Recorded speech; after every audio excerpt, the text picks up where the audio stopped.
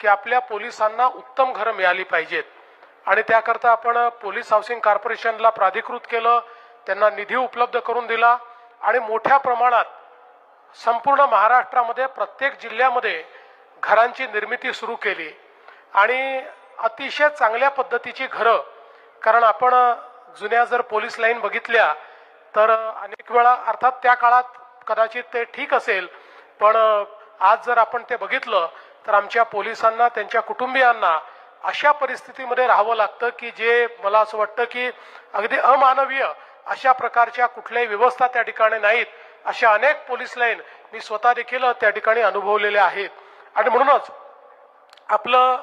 हे या ठिकाणी ध्येय होतं की आमच्या पोलिसांना उत्तम घरं या ठिकाणी मिळाली पाहिजेत आणि म्हणून ती जबाबदारी आपण पोलीस गृहनिर्माण जे आपलं कॉर्पोरेशन आहे त्याला दिली आणि आज कुठल्याही जिल्ह्यामध्ये तुम्ही गेलात तरी प्रत्येक जिल्ह्यामध्ये अशाच प्रकारच्या सुंदर आणि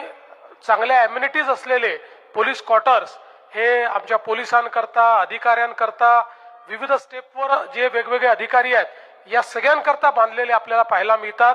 आणि अनेक वेळा तासनतास ड्युटी करणारे, बिना सुट्टीची ड्युटी करणारे आमचे पोलीस आहेत, हे घरी गेल्यानंतर त्यांना सुखाने त्या ठिकाणी जगता यावं